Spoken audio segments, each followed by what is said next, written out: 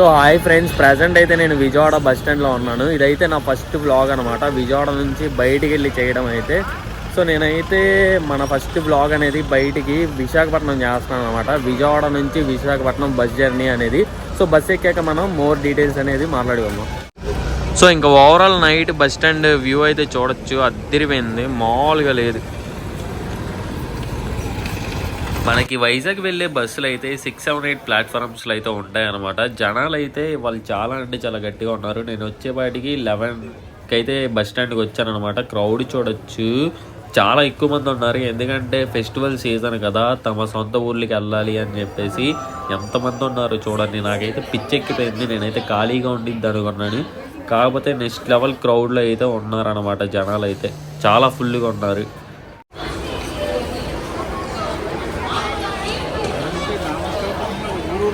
Finally మనమైతే ఒక గంట తర్వాత బస్ ఎక్కాం. మనమైతే లగ్జరీ బస్ ఎక్కామన్నమాట. టికెట్ వచ్చేప్పటికి 650. వీడు ఎవడరా బాబు బస్ స్టాండ్ లో బస్ ముందు వచ్చిపోతున్నాడు, వేస్ట్ వీడు. ఇంకా మన బస్ అనేది 12:15కి అలా స్టార్ట్ అయింది విజయవాడ నుంచి.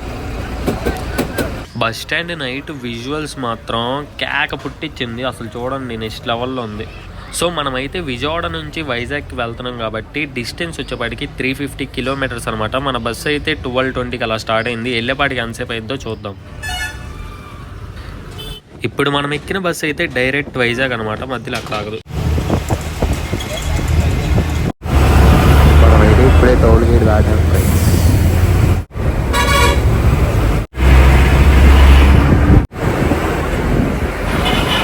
సో బస్సులో ఇప్పుడే అయితే మనకి లైట్లు ఆపేశారనమాట. అంటే స్టార్ట్ అయిన 30 మినిట్స్ తర్వాత బస్సులో లైట్లు ఆపేసేపటికి నాకు కూడా అయితే ఫుల్ నిద్ర వస్తుంది అనమాట. అండ్ చూపించేది కూడా ఏమీ లేదు, మధ్యలో అక్కడ ఆగదు కాబట్టి. సో స్లీప్ వేద్దాం. మనం అలా స్లీప్ వేసి లేచేపాటికి రాజమండ్రికి వచ్చేసాం. ఏంటో అప్పుడే వచ్చేసాం.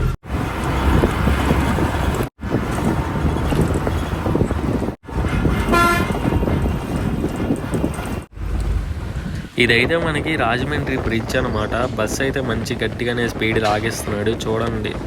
సో నైట్ వ్యూ అయితే అద్దరిపోయింది బ్రిడ్జ్ మీద, చాలా బాగుంది.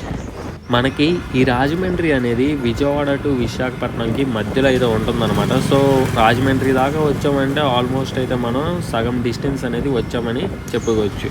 సో మన బస్సు అయితే స్పీడ్ చూడొచ్చు అక్కడ మీరు, 54, 56, 57, హైయెస్ట్ అయితే 57 కొడుతుంది. మధ్యలో మనకైతే టీ బ్రేక్కి సుజుకి ఆపారు.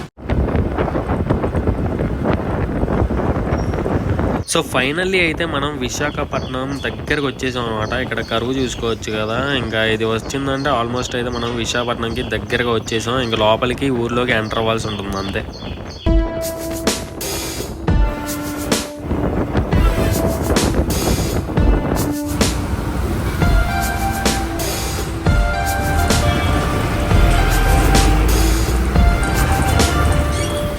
సో ఇదైతే మనకి గాజువాక.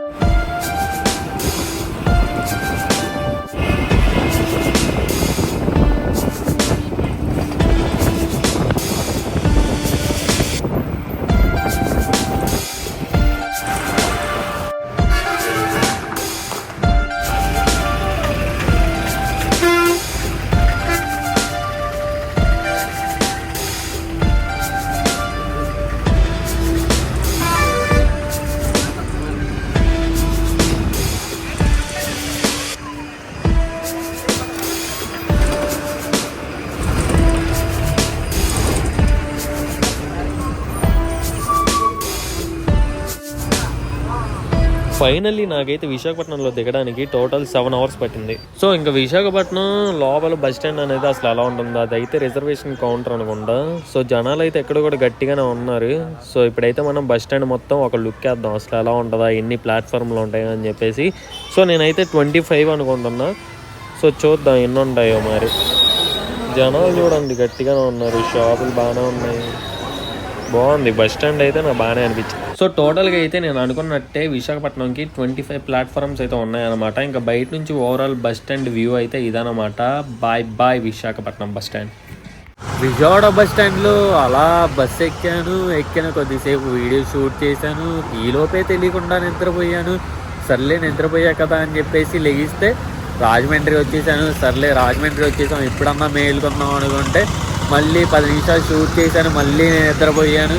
సర్లే మళ్ళీ నిద్రపోయాం. ఈ లోపు లెగిస్తే డైరెక్ట్ విశాఖపట్నంకి వచ్చేసాం అనమాట. సో బస్సు బ్లాగ్ అనేది మీ అందరికీ నచ్చింది అనుకుంటా. సబ్స్క్రైబ్ చేసుకోండి వీడియోస్ కనుక నచ్చితే.